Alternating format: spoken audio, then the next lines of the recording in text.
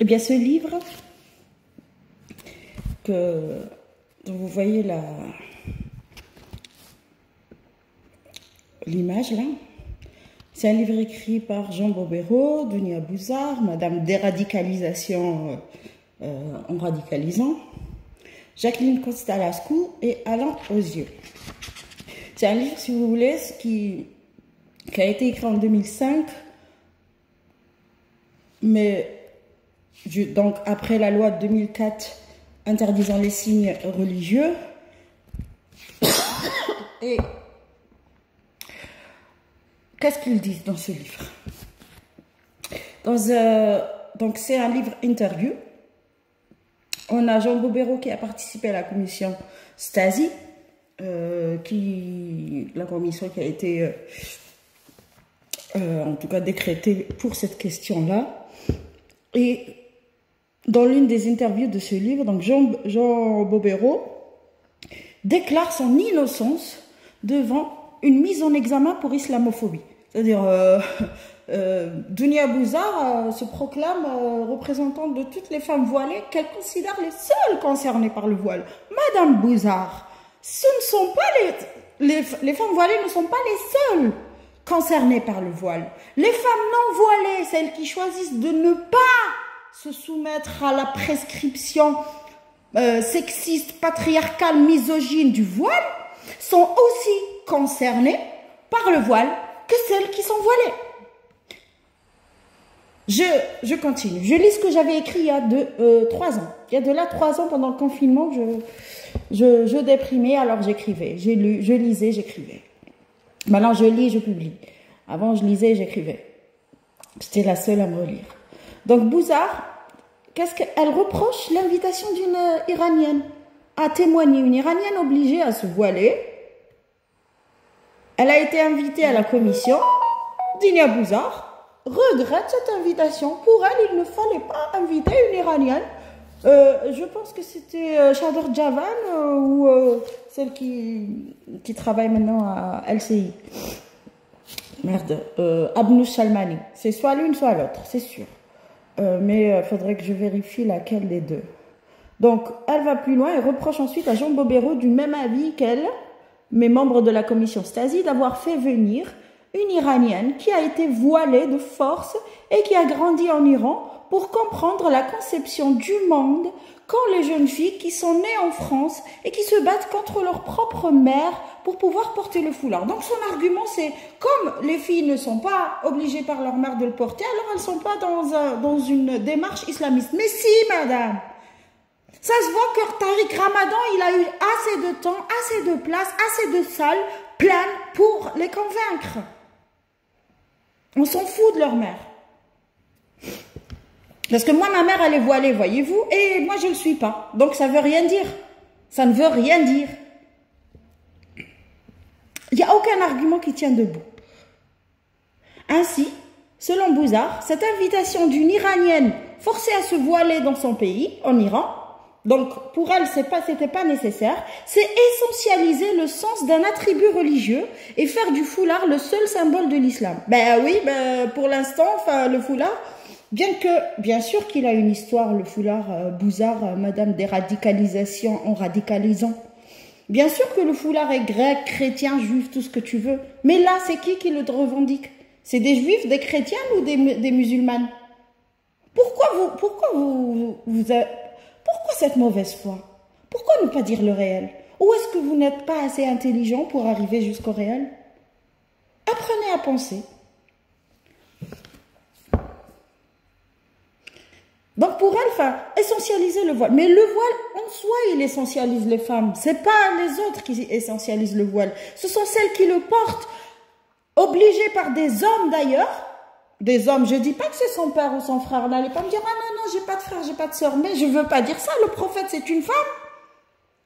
Les Sahaba, Omar, qui a obligé Saouda, à cause de Saouda, c'est à cause de caca de Saouda, en fait, que vous portez le voile.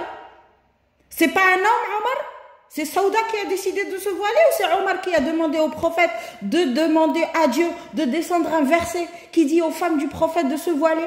Ce qui veut dire que le voile, c'est plus pour les femmes du prophète et pas pour les merdeuses, comme vous. Donc, Madame Bouzard, Madame déradicalisation qui a pompé l'État français avec des subventions faramineuses pour déradicaliser et pour sortir avec 2015 Charlie Hebdo, Bataclan, à force de traiter tout le monde d'islamophobe, bah, elle a justifié tous les attentats. Elle devrait payer un jour. Voilà. Je continue. Donc, ça ne lui plaît pas qu'on invite une Iranienne pour témoigner, ça ne lui plaît pas. Sur le sujet du voile, alors qu'on sait que Khomeini, dès son installation, la première loi qu'il a instaurée, c'est le voile. C'est normal qu'on invite une Iranienne. Madame Bouzard Kaka. Kharia. Bon, je continue. Donc, cette Bouzard, d'ailleurs, c'est une convertie qui connaît rien à l'islam qui va déradicaliser. How? Non, mais tout à l'heure, j'ai lu même qu'il y avait un... Non, mais c'est des gens qui radicalisent, c'est eux, en fait, qui justifient le radicalisme. Si vous allez dire aux gens, ah, c'est débiles mentaux, que tout le monde les hait, tout le monde est islamophobe contre eux parce qu'ils les détestent, ils sont jaloux d'eux, mais c'est normal que vous allez rajouter de l'huile sur le feu. Il y a du feu, vous allez rajouter de l'huile. C'est la désignation islamophobe qui est le feu, et qui est l'huile, parce que le feu, il est déjà là. Alors, je reprends. Donc, pour se déresponsabiliser de cette erreur d'analyse qui empêche, donc pour elle, c'est une erreur d'analyse. Inviter une Iranienne à la commission Stasi pour parler du voile, c'est une erreur politique. Non, mais Jean Bobéro, je continue.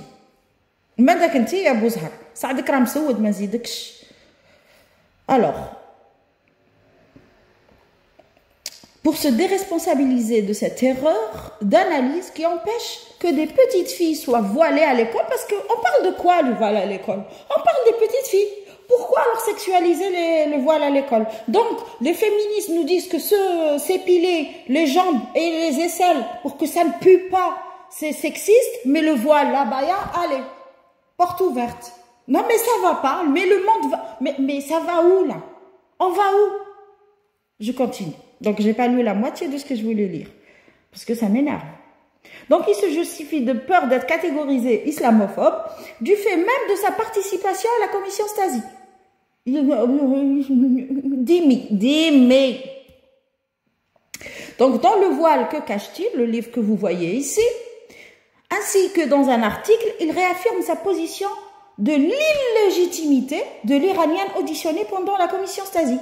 En gros, la responsabilité dans cette grave erreur, regardez, grave erreur d'auditionner une femme iranienne n'était pas la sienne. Oh, c'est pas moi, c'est lui. Oh, mais où est votre honneur? Il est où? Bobéro, il est où ton honneur? Tu mérites même pas le vouvoiement. Il ne sait pas moi, c'est lui. Donc, c'était pas sa responsabilité, mais celle des autres. On dirait des enfants. Ce n'est pas moi, l'islamophobe, c'est les autres. C'est ça. Vous allez finir votre vie comme ça. Où est votre honneur? Où est votre honneur? Comme s'il fallait forcément y en avoir un d'islamophobe. C'est ça. Comme si dans la commission Stasi, il fallait qu'il y ait... C'était de l'islamophobie. Ces gens-là n'acceptent même pas la loi de 2004. C'est ce que je vous dis. C'est pour ça que l'abaya, si vous dites oui, ok, oui, mais, ça va être le même feuilleton que le voile. Ou or, c'est la même chose que le voile. Donc, dans une interview, déclare son innocence devant une mise en examen pour islamophobie dans le contexte de la commission Stasi. Un contexte, dit-il, marqué par la pression médiatique sur les membres de la commission. Mais les discours se répètent aujourd'hui les mêmes. Mais les mêmes. Nous avons été en partie captifs des débats médiatiques et notamment de l'affaire des filles Lévy et de la surmédiatisation de cette affaire. Dans la commission, il a été dit d'ailleurs 10 fois plus de mal des journalistes que de l'islam.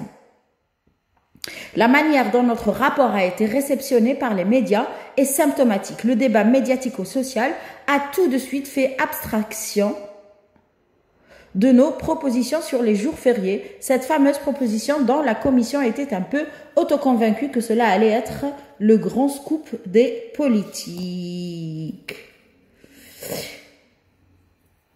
À suivre parce que là, cette affaire de Bobéro et Dounia Bouzard, ça va vous plaire.